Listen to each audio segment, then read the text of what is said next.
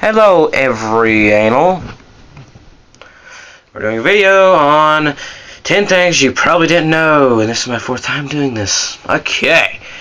He was named after Nintendo's warehouse manager in 1981 when Mario first took over arcades in Japan. In the game Donkey Kong, he was simply known as Jumpman, and the lady Donkey Kong kidnapped, well, she was called the Lady, pretty simple and not exactly iconic names. So when it was time for the game to arrive in the United States, Nintendo of America decided they should rename the characters to give the game a bit more personality. So who got to decide on the name of this soon-to-be icon? Surely Shigeru Miyamoto would have a say, as the game was his creation. Well, surprisingly no, Nintendo of America made the decision themselves and looked towards none other than their warehouse manager, Mario Segale, for name ideas. Additionally, the lady was also renamed Pauline after Mario's wife, Polly.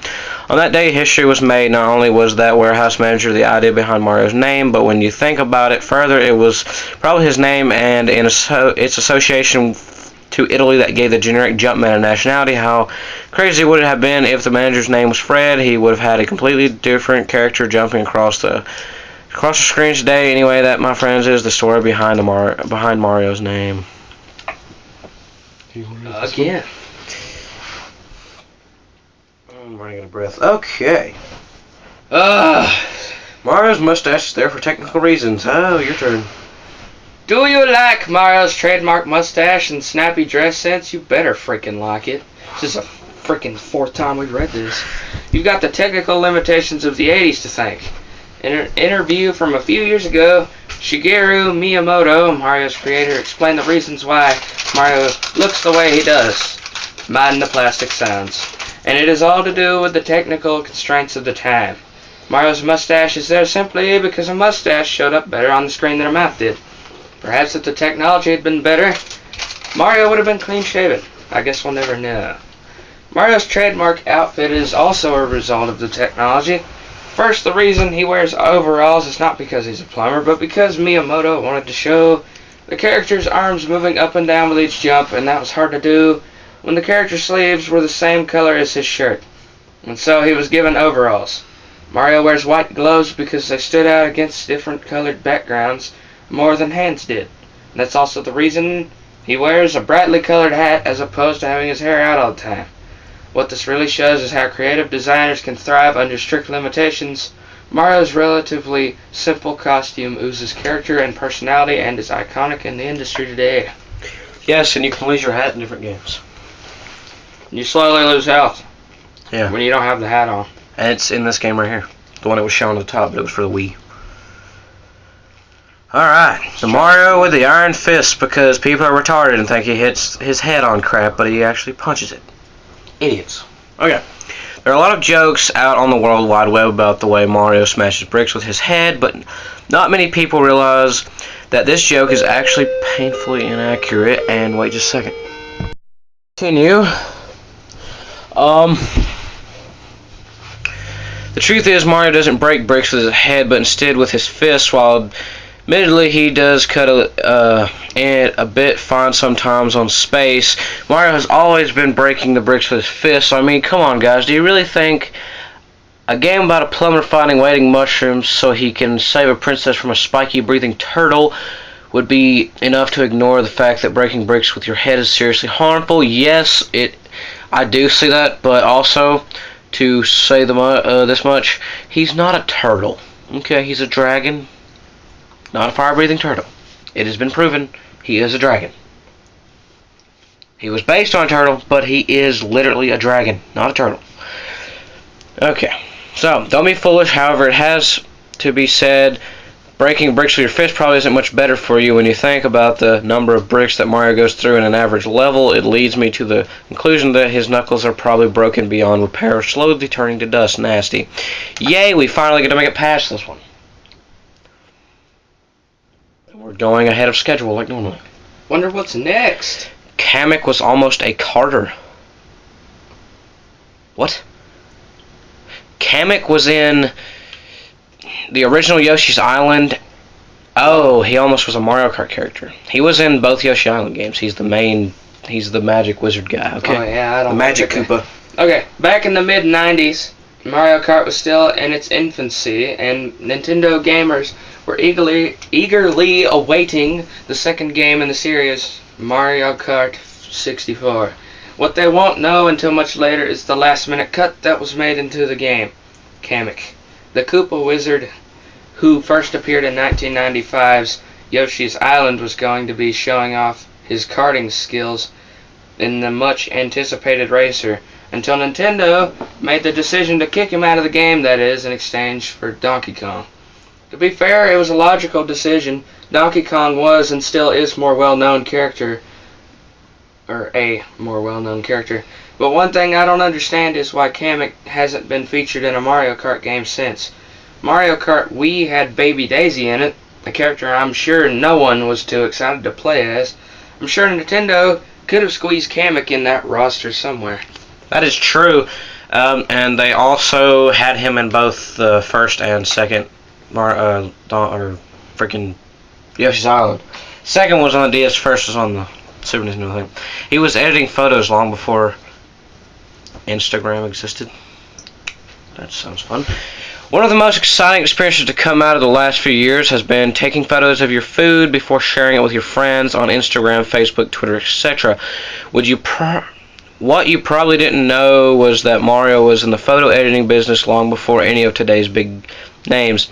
In the December of 1998, Mario no Photopia was released on the Nintendo 64 in Japan and remains one of the rarest Nintendo 64 games of all time. The title was more of an app than a real game. The cartridge had 2 smart media card slots on the top, which could be used to upload a... Yeah, you can see where this is going. No one cares. It's magical. Obvious. Magic. He was once a villain. Mario was never once a villain. How do they say that he was once a villain? I don't know, let's figure it out. You may think that Mario, the faithful plumber who has saved Princess Peach from her kidnappers 12 times now, is an all-around great guy. But like everyone, he has a nasty side, and everyone saw it in the 1982 arcade game Donkey Kong Jr., which remains the only game where Mario is the bad guy. The story goes that after the events of the original Donkey Kong, Mario caught the ape and threw him in a cage, meaning Donkey Kong's son had to swing in to get his dad set free. Mario's time as a villain was actually very successful, spawning a breakfast cereal with fruit-flavored cereal pieces shaped as cherries and bananas, and there is also a Zelda cereal, as you will see in a different video, as well as a spot on the cartoon show Saturday Supercade, which would follow the adventures of Donkey Kong Jr. as he tried to save his dad from the evil Mario. Despite the success of the game, I wouldn't expect a comeback anytime soon. Mario's reputation now is far too good to send the character back to his villainous ways. However, saying that, there's a dark side to Mario that comes out in every one of his big games that you probably didn't know about. Nice. Well, that's cool because... Black Mario. He's a mass murderer. Oh, haha, I get it. No one freaking cares. But, anyway.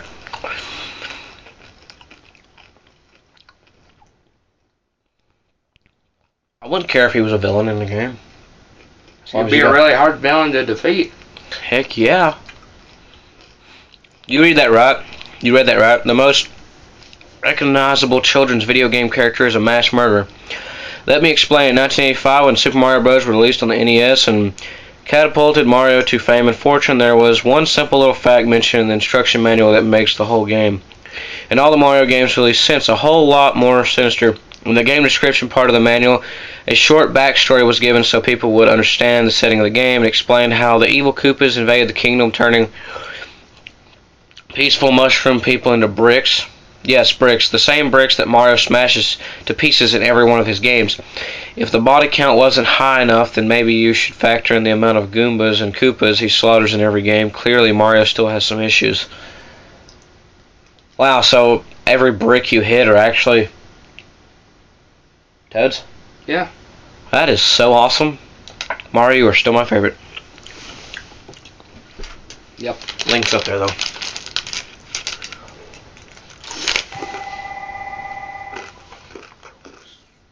We're back.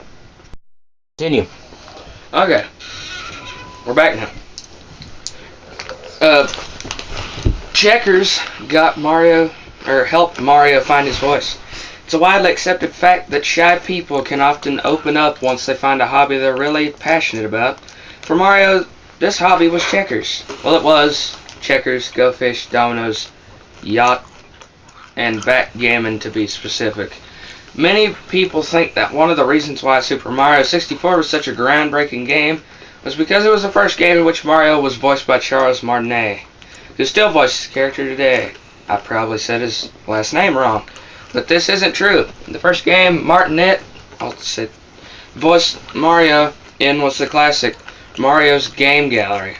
Martinet put his voice talents to lines such as "It's a my turn now," and my personal favorite, "You's got a Mario thinking now."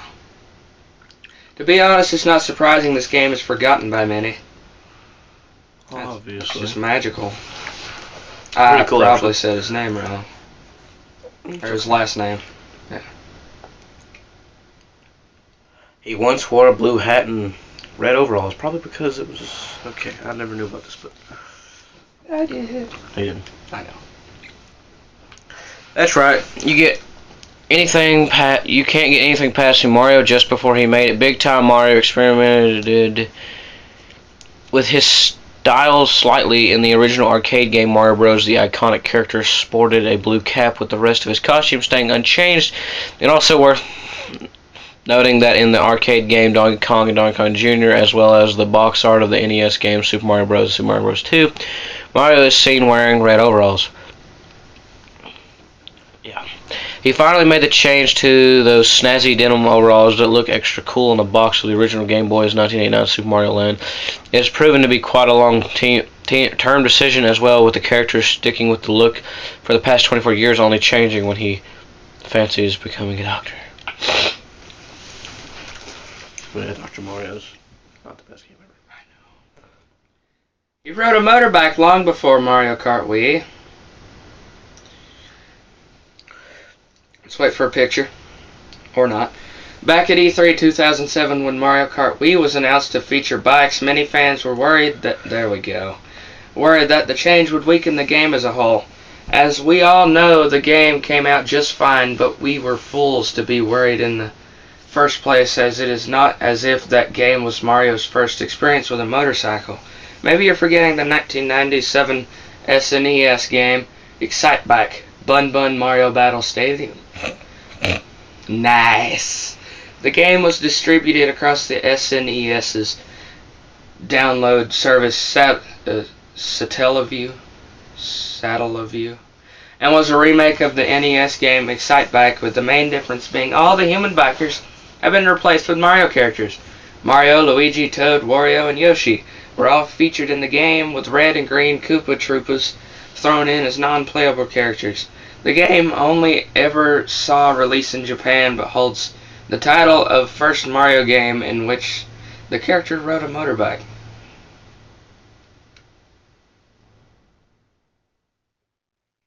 Yeah!